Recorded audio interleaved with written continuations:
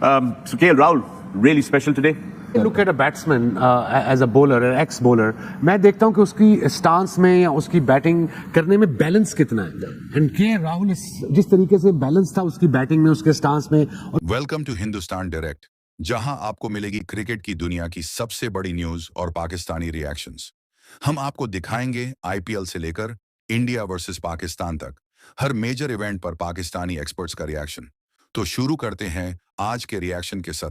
बड़े आराम से शॉटे मारा था, कोई उसको जिसे हम पंजाबी में कहते हैं थरथली नहीं थी पड़ी हुई. इधर ऐसे कोई ऐसे आराम से कूल काम just playing according to the line and length of the delivery situation. या इंडिया तो पुरानी बॉल से भी यहाँ पीछे नहीं हट रहा. मतलब इस सेशन में अगर देखें तो रन अच्छे खासे आ चुके हैं. सुबह के सेशन में 97 रन आए थे. काफी कॉशियस अप्रोच थी शुभमन गिल, केएल राहुल, लेकिन येट बड़ी इफेक्टिव थी. कप्तान ने 50 रन बनाए, मतलब 836 बना चुका है वो अपने 2025 में जब से वो कप्तान बना है, और 64-65 की एवरेज से चल रहा है. दूसरी तरफ केएल राहुल, मतलब अगर मैं जून जुलाई से देखूं तो तीसरी सेंचुरी बना चुका. 137 at Leeds, 100 at Lord's, 100 at Ahmedabad, और साथ में रविंद्र जडेजा. भाई रन मशीन बने हुए. जब आपके सीनियर्स और आपके कप्तान जब रन्स पे रन्स कर रहे हो, मतलब आप जडेजा की बात कर लें, 7th 50 प्लस स्कोर है पिछली 9 टेस्ट इनिंग्स के अंदर. अब इसको मैं क्लास नहीं बोलूंगा कंसिस्टेंसी के साथ, तो और क्या बोलूंगा.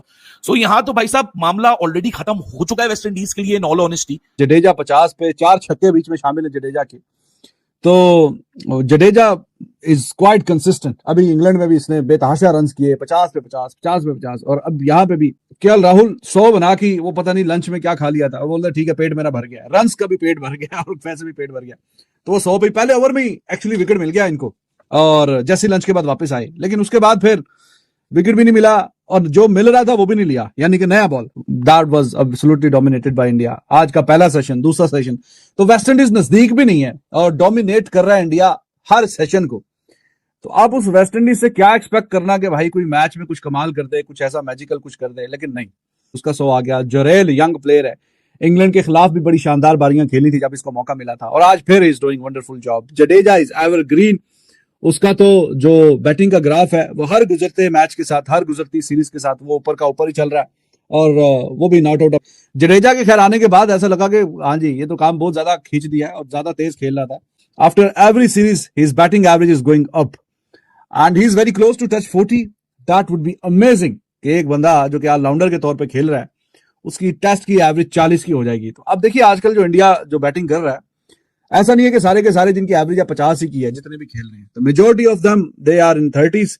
और ये देखिए एक ऑलराउंडर है आके, और ऑलराउंडर जिस तरीके की परफॉर्मेंस दिखा के जा रहा है, और मैच आफ्टर मैच यही परफॉर्मेंस है इसकी. जो केएल राहुल थे और जयसवाल थे, दो बल्लेबाज जयसवाल और केएल राहुल आए हैं, उन्होंने अपने डिसिप्लिन से, अपनी इंटेंसिटी से और अपने कैरेक्टर से, और जो उनकी फीट मूवमेंट थी उससे उन्होंने धचका दिया, और खूबसूरत बैटिंग करके ओपनिंग पार्टनरशिप्स रही दोनों के अंदर, और जबरदस्त क्रिकेट खेले हैं.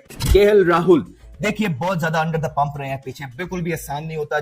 अगर आप केएल राहुल के शूज में हो तो आपको थोड़ा सा आइडिया होगा कि चीजें कितनी मुश्किल है. आप ये देखिए कि कभी आप उसको ओपनर बना देते हैं, कभी वो मिडिल ऑर्डर बन जाता है, फिर वो जो है ना वन डाउन प्लेयर बन जाते हैं, और दोबारा से आप ओपनर, तो फिर कभी आप कप्तान भी बना देते हैं, तो कभी विकेट कीपर बना देते हैं. लेकिन वो बच्चा अड़ा हुआ है, और इसलिए हम उसको ये तो क्रेडिट देना चाहते हैं इस इनिंग का. अगेन टेक्निकली सॉलिड नजर आए. पीछे हमने देखा है कि जब केएल राहुल अच्छी फॉर्म में नहीं होते तो उनकी क्लैरिटी नहीं होती है, उनके फीट मूवमेंट्स उस तरह काम नहीं करते हैं, उनकी पोजीशन लेट हो जाती है, जिसकी वजह से वो बॉल के पीछे जाते हैं इस इनिंग के अंदर. और उनका भी वही साइडवेज रहे थ्रू आउट द इनिंग, खुले नहीं.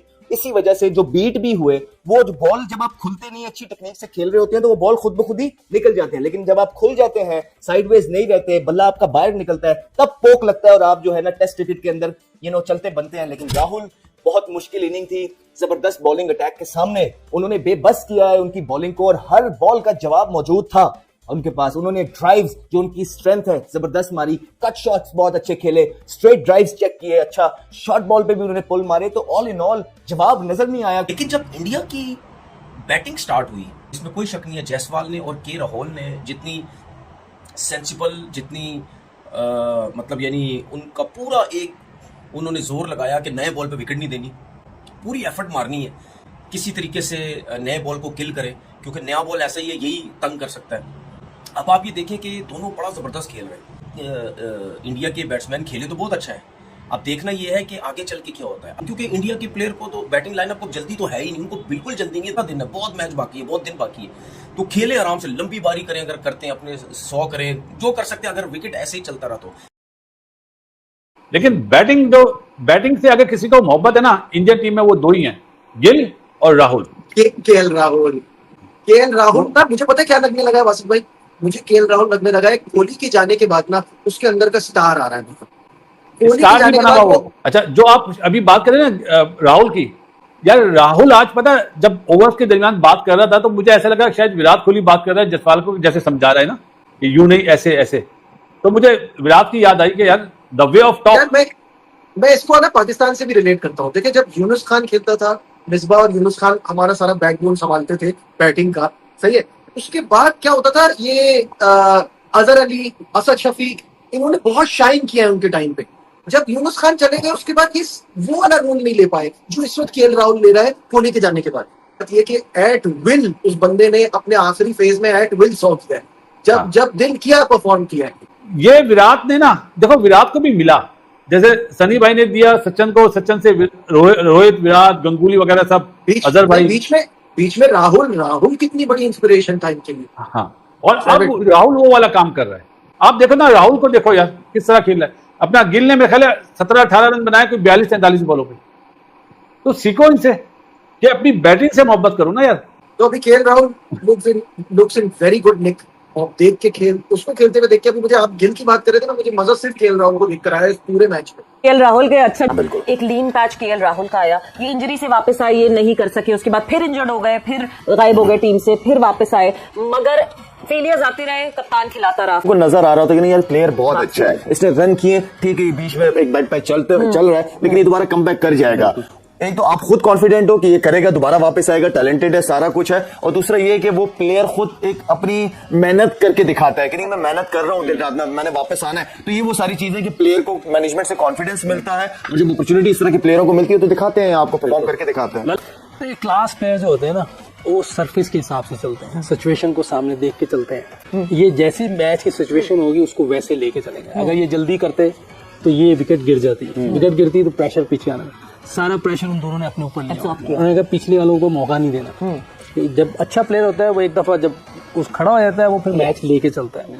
केएल राहुल ने बहुत जबरदस्त बैटिंग की, जैसे आप कह रहे थे कि वो परफॉर्म भी नहीं कर रहा था तो उस पे बिलीव था। यस, नेशन का बहुत फर्क है। वो लोग अपने जो काम के लोग होते हैं ना, उनको कभी भी पीछे नहीं करते, जितनी मर्जी इख्तलाफ आते। इसीलिए वो टीम कहाँ से कहाँ चली गई, उस लेवल पे हम थे कभी, बल्कि उनसे भी बेहतर थे। अगर हमारी टीम देखी जाए 99 में बहुत बेहतर थी।